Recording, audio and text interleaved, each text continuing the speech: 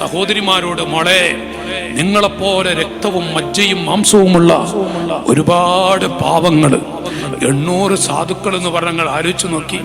ഇത് സ്ഥാപനത്തിൽ പഠിക്കുന്ന ചെറിയ കുട്ടികളാണെന്ന് വിചാരിക്കരുത്. അതിൽ 20 വയസ്സും 25 വയസ്സും 30ഉം 35 വയസ്സൊക്കെയുള്ള പാവങ്ങളാണ്. കഴിഞ്ഞ പ്രാവശ്യം 36 വയസ്സുള്ള പെൺകുട്ടിയുടെ കല്യാണം നടക്കുമ്പോ 5 പവൻ കൊടുക്കുന്ന സമയത്ത് ഒരു പെൺകുട്ടിയുടെ ഉമ്മ പറഞ്ഞൊരു വാക്കുണ്ട്, എൻ്റെ മോളെ പ്രസവിച്ചിട്ട് ഇന്ന് വരെ എൻ്റെ മോള് സ്വർണത്തിന്റെ ഒരാഭരണം ധരിച്ചിട്ടില്ല, സ്വർണ്ണാഭന്റെ കുട്ടി ധരിച്ചിട്ടില്ല.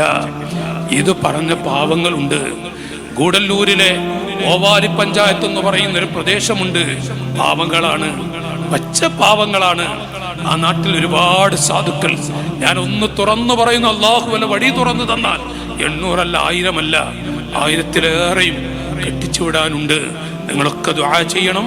അള്ളാഹു തആല എന്തെങ്കിലും വഴി കാണിച്ചു തരണം.